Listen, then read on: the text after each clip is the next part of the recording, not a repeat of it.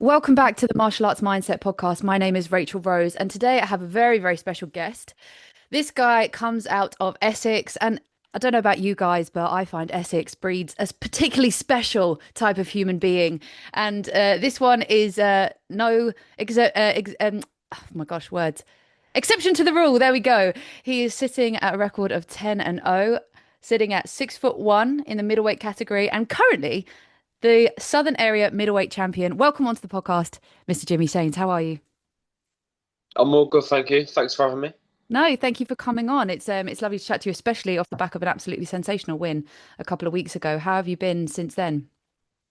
Yeah, I'm all good. I've had a little bit of time off this last week. It's only a week ago, really. Yeah, it Yeah, it was. feels like it was ages ago. But yeah, I've had a little bit of time off.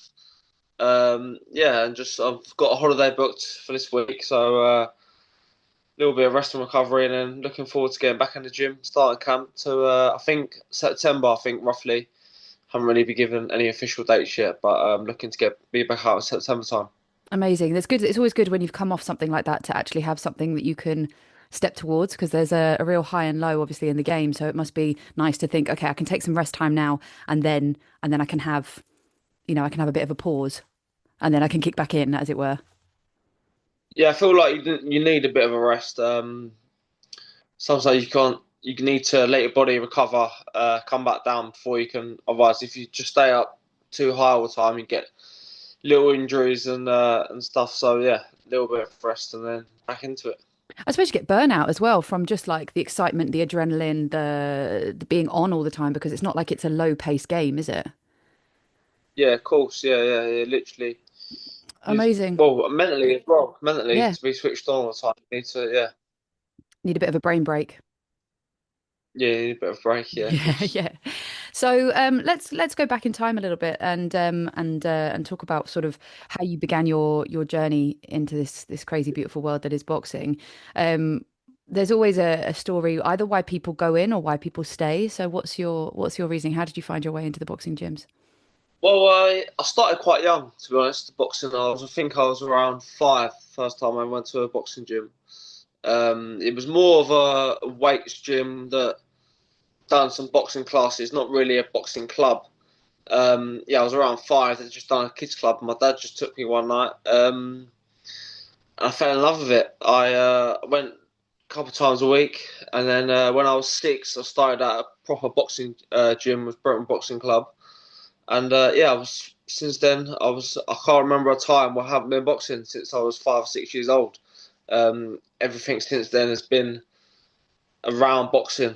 Everything I do in life, every meal, every holiday, everything I do has been, oh, can I do it with boxing, or like everything's revolved around boxing since then. So yeah, I mean, um, as an amateur, I had around 80 fights, I think, and I was at a few clubs. Yeah, I've just loved boxing since the young age. Amazing. And do you like what was the thing? What was the thing that made you think, yeah, I want to make a living out of this. This is where I want to go. Like when was that? Um, I think it was a bit later on, to be honest. I've always wanted to do boxing, but yeah, probably around. I mean, probably after I won my first national title, I'd probably say around 14, 15, when I thought, right, I'm all right at this. Actually, I've been in a few national finals, got a national title. I enjoy doing this. Is something that I could enjoy doing in the future, like full time. Yeah, so I'll say around that age. Yeah. And when was the moment for you where you thought, right, I think I'm ready. Like this is it. Like as in to actually take the step because did you when did you go pro? I went pro when I was 22. Yeah, so that's like a 7 year gap between the decision and the Yeah. thing. So what was the like the moment where you thought, right, then now's the time? Well, it was just after the Three Nations. Won the Three Nations. Yeah, and then prior to that, I've been training with Tony through COVID. Tony Sims probably for around year and a half, 2 years. Yeah, probably about 2, 3 years before that, while I was still amateur. Obviously during COVID, all of the amateur gyms were shut, so Tony was helping me out, training with the pros. I'd been doing that 2 years prior to turning pro. So yeah, after winning the Three Nations, I'd probably say that was like there weren't really much left to do in the amateurs. I know I've fallen short a couple of times on winning the senior elites, but maybe the next step was GB. But they're taking out my weight category in the Olympics, so it was a bit like a bit come to a loose end with the amateurs. So that was just sort of perfect timing to turn pro. And I guess probably being in that environment where you're around the professionals, it gives you an insight to the mindset, the training, the everything. So your natural, and obviously having a coach like Tony Sims, it means that your natural progression would be to start in that direction because you're around it. How did you find that? Because obviously like there's an argument that I speak to everybody on this podcast about the nature nurture argument. So are you born with a fighter's mindset or can it be nurtured into you? So can you have a skill and then because obviously being a fighter is not a simple task. It's not just about the skill that you have. It's about being able to walk towards something that is dangerous, that is, potentially life threatening and whatever, and do it with all that information, all that knowledge, knowing that and doing it anyway. So do you think that there was some nurturing in that being in that environment that really sort of built up your confidence and your ability to see yourself as a professional that sort of made the step quite maybe easier? Yeah, definitely. Definitely made the step a lot easier. Being around all them professionals for such a long time, like good names like John Ryder, Felix Cash, Ted Tiedemann, Conor Benn. So there was good professional boxers at high level. So yeah, just being day in day out with them, obviously it's gonna bring you on leaps and bounds. But I do feel like it's a bit of both. You do need a bit of natural ability as well, but I feel like what you do with it as well. So yeah, a bit of both. So were you always quite fiery? Do you think you were a bit of a fiery kid, or was it just that you just loved the sport and it felt good? Um, yeah, I wasn't too fiery. Probably when I was younger, but maybe boxing calmed me down, relaxed me a bit. Not relax you, but just keep your somewhere to get rid of all my energy, I suppose. Going down the boxing gym. Um, yeah. So yeah, definitely. Well, I mean, going down the boxing gym, you haven't really got any energy to do anything else. So yeah, definitely relaxed me. Yeah. Yeah, I mean, I've been boxing now since I was 18. I'm now 36, so that's like 50% of my life. And I've Yeah. definitely like the more I do it, the calmer I am as a human being. And Yeah, obviously of because course. Yeah, mate. you've got somewhere to channel it, haven't you? All that anything Yeah. that you carry, you've got somewhere to go and somewhere to That channel. bad energy, that anger, you get it all out in the boxing gym. Yeah. Yeah, I think there's a real misunderstanding about who fighters are, and obviously I've been in the around professionals now for only a few months, about 4 months. I've been in the professional world, but been in the boxing gyms for a long time. And actually, most boxers who box consistently are very calm, gentle people. And I think people think that if you're a boxer, you're like, I mean, obviously you've got some that are like, you know, doing what they do, but most boxers are actually very calm, gentle people because they have that outlet. Um, Yeah, and that's definitely definitely. something that I've learned. I feel like, and I was talking to Elliot Whale about this yesterday, that I think that it should be in schools, that boxing should be taught in Yeah. schools Yeah. because it definitely impacts things like natural selection and hierarchy and things like that, especially in young men, because there is a respect that is built and a discipline that is built. And it's a case of, you know, you fight the person that's better than you, then you're the best. It's quite a simple, like primal process.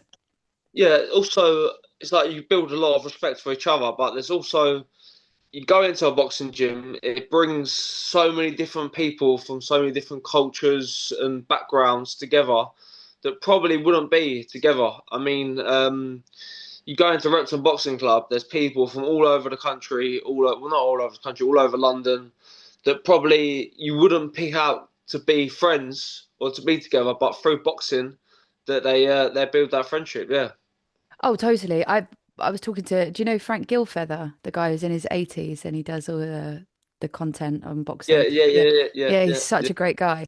But he's 80 and I'm yeah, 36, but we have a universal language together because we both love boxing. So I yeah, found that definitely being in boxing gyms, it's like you don't even have to really know anything about a person, but you can kind of be mates because you've got this this thing that makes sense to you both, and you speak. Yeah, It's like a different language. Um, yeah. what would you say has been your toughest moment through your career so far? Um,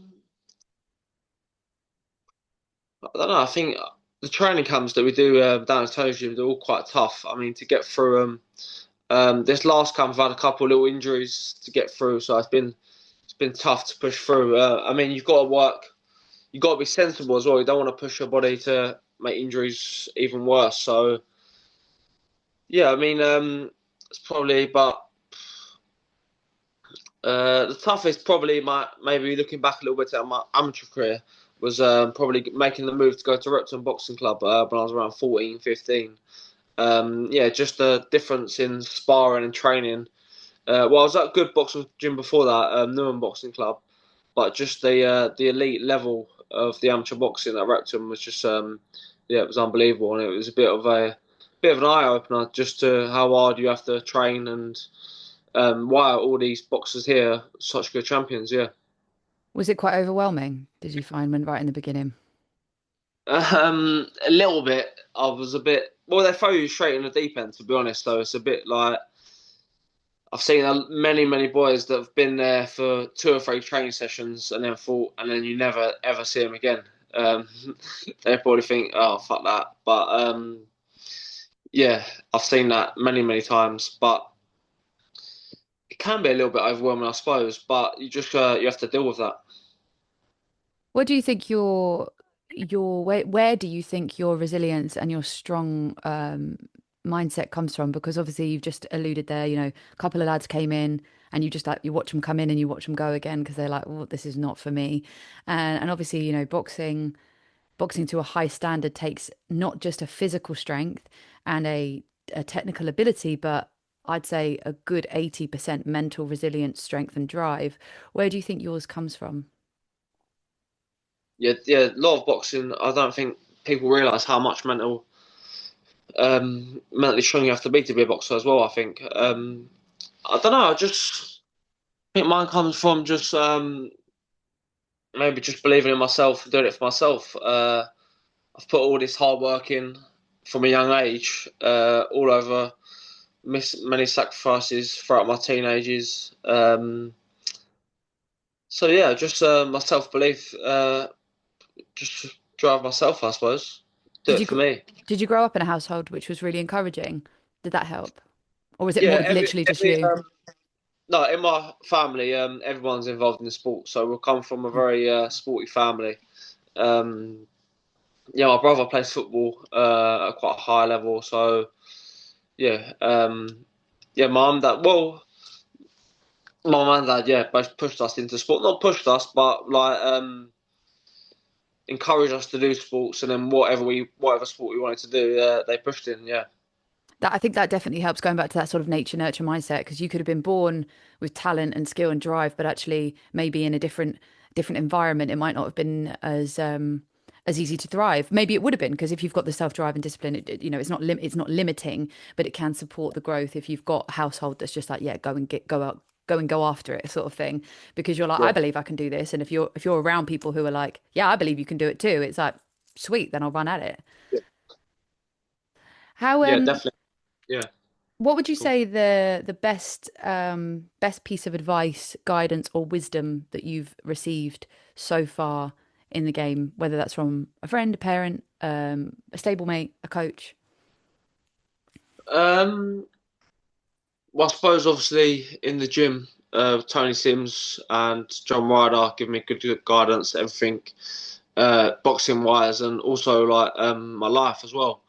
Um, yeah, growing up, obviously my dad played a big factor in my boxing career, um, taking me up and down the country from a young age, national championships all over, everywhere you can imagine. We've been, yeah, so probably say my dad's his biggest guidance and influence in my career. Yeah. What do you think the best thing that he's like, maybe the best piece of advice or something he said to you that stuck with you, or it might not have been him, but someone, if there was something you thought, yeah, that resonates with me. Best piece of advice. Not too sure. Maybe just to stay amateur a bit longer.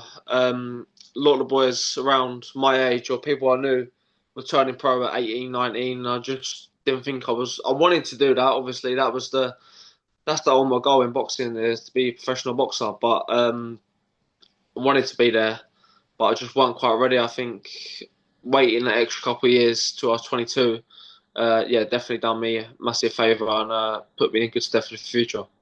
No, that's a really good piece of advice because actually, probably 18-year-old you was chomping at the bit. And if you're witnessing like your friends or your stablemates all going off and doing it, you'd be like, why can't I? But actually, those those moments of choice and that guidance actually probably put you in good stead. Are the people that went turn pro, are they at the level that you're at?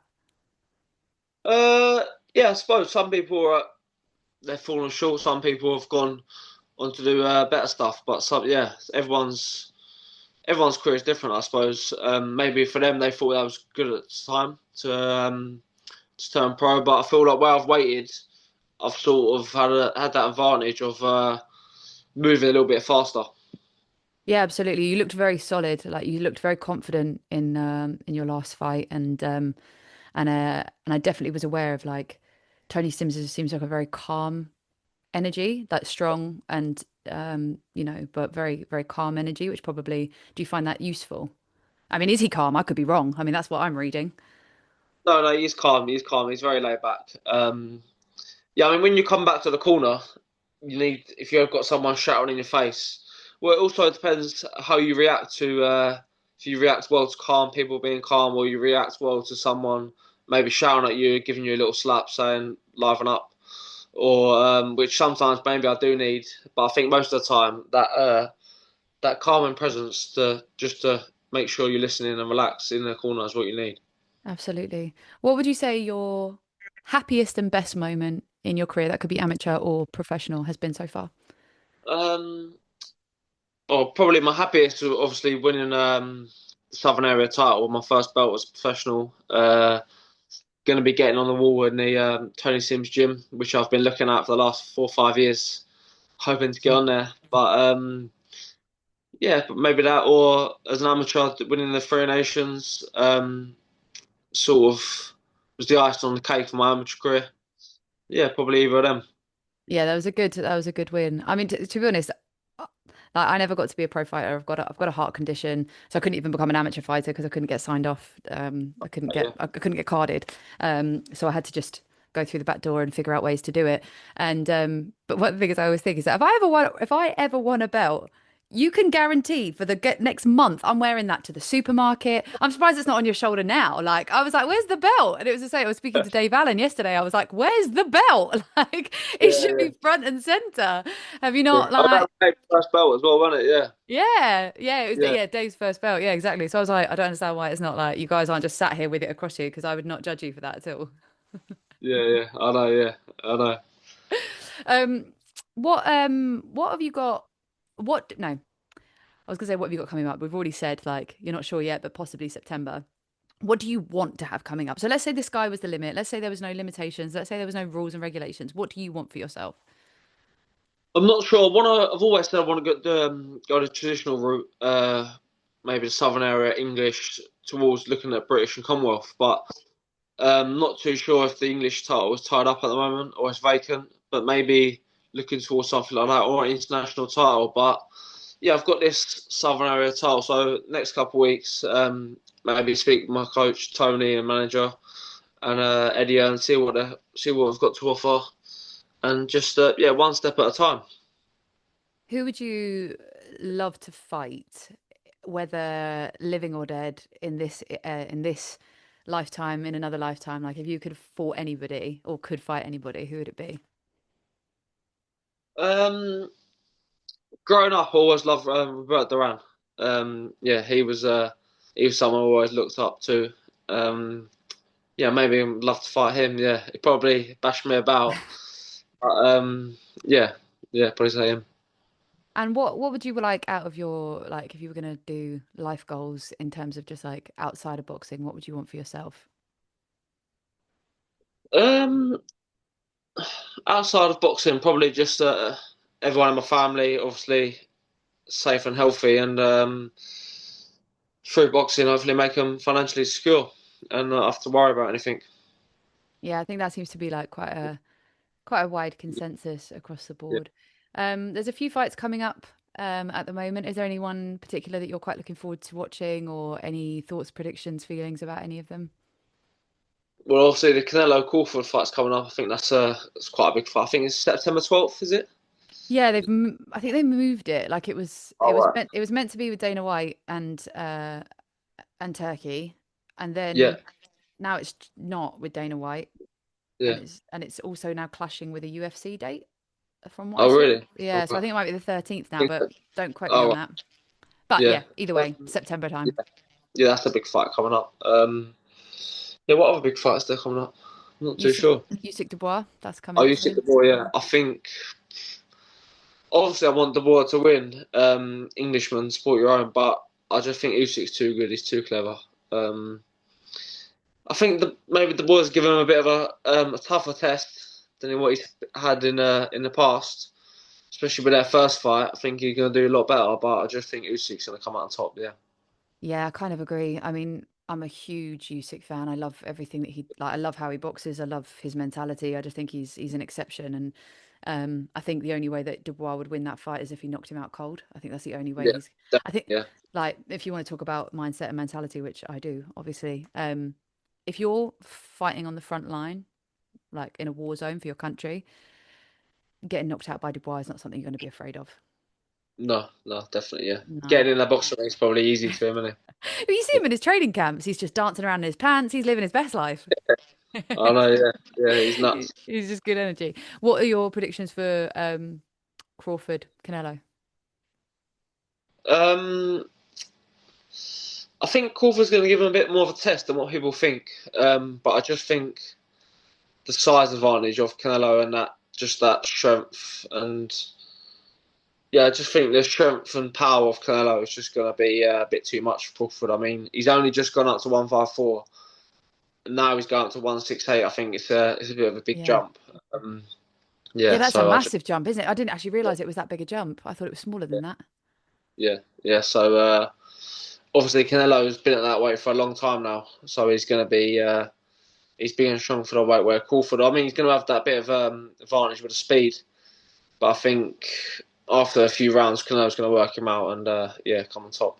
Yeah, because you really can see the differences with weight jumps. I mean, we saw it with Josh Taylor this weekend. I think that probably played a factor Yeah, in his loss against Esserman. yes, Just yeah, yeah, just not being used to the new weight and the new power ratio. I mean, obviously we saw a very exciting power weight ratio difference in Ben Eubank not that long ago. yeah, Um, yeah. what are your thoughts about the rematch? Obviously, you train closely with Connor, so you see how it Yeah. works. Well, I thought even though scorecards were a little bit wide, I thought the fight was very close. I thought maybe the last couple of rounds, Eubank was just the last 10, 15 seconds. Eubank was just letting his hands go where Connor was sitting on the ropes a little bit. Whereas Connor had the bigger shots in the round, but maybe that might have caught the judge's eye right at the end of the round, where you could see. So you could see maybe could see where the judges were coming from, maybe, but did think it was a very, very close fight. But I think Connor's got a lot to look at from that fight. A lot of areas where he did well and where he can improve on. So yeah, I think he can do it in a rematch. Yeah, I think it'll be a very interesting rematch. I was speaking to Eddie about it the other day, and he was just like, "Why do people not want to see it? It's ridiculous. It was the best fight ever." And I'm like, "Yeah, you're right, mate." Yeah, yeah, But yeah. It was, yeah. yeah, it was a cracking night. Look, I'm not going to take too much of your time, Jimmy, because time is the most valuable thing, and it's the thing that we don't get back. But I'm really, really appreciative of you giving me your time today, and really excited to see what's going to come next for you. Like you've got a really exciting future ahead, and that thank you for providing us with some stellar boxing entertainment in your last fights, and looking forward to seeing what you do No, next. yeah. No worries. Thanks a lot for having me on. I appreciate it. No, the pleasure was all mine. Take care and have a lovely rest of your day. No worries. You too. Thank you.